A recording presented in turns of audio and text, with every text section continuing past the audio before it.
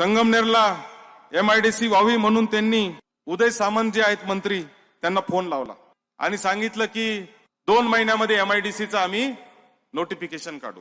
आता निवडणूक प्रचार आहे, सगळ्या गोष्टी बोलाव्या लागतात।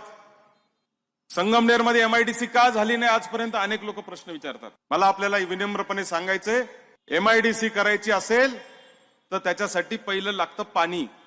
प्रत्येक धरणामध्ये, प्रत्येक नदीच्या पाण्यावर, प्रत्येक तलाव जिथं जिथं सरकारी मालकीचा तलाव आहे त्याच्यात 3 प्रकारचे पाण्याचे आरक्षण असतात। एक पिण्याचं पाणी, दुसरं शेतीसाठी पाणी आणि औद्योगिक पाणी म्हणजे MIDCचं पाणी। औद्योगिक पाणी हे कुठेही 10% जास्त रिझर्व करता येत नाही। भंडारदरा धरणाचं, निळवंडे धरणाचं औद्योगिक पाण्याचा कोटा केव्हा संपलेला आहे? ते पाणी नसल्यामुळं आपल्याकडे MIDC होऊ शकत नाही, हे तांत्रिक कारण आहे।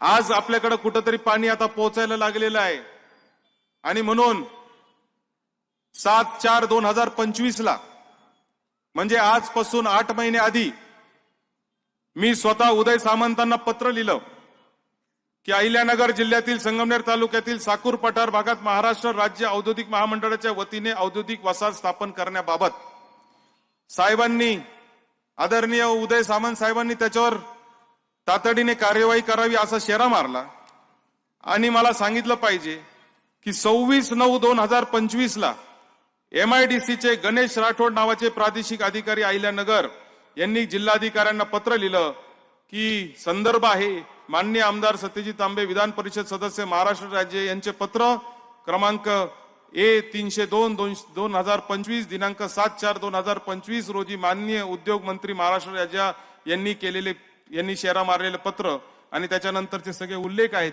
हे पत्र त्यांनी दिलं आणि 26/9/2025 ला संगमनेरच्या साकूर भागामध्ये MIDC स्थापन होण्याच्या दृष्टीने तिथं सर्वे करायचं काम देखील चालू झालं आणि ते चालू झाल्यानंतर हे कळालं आणि कळाल्यानंतर काल इथं सांगितलं की 2 महिन्यामध्ये आम्ही MIDC करणार आहे।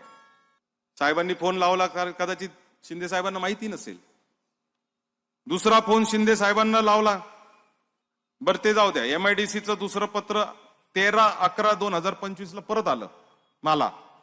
संदर्भ माझंच नाव आहे, दुसरं कोणत्या आमदाराचं नाव नाही। हे पत्र देखील मी तुम्हाला पाठवणार आहे आणि त्याचा अहवाल साकूरचा तयार झाला। संगमनेर सेवा समिती, संगमनेर सेवा समिती।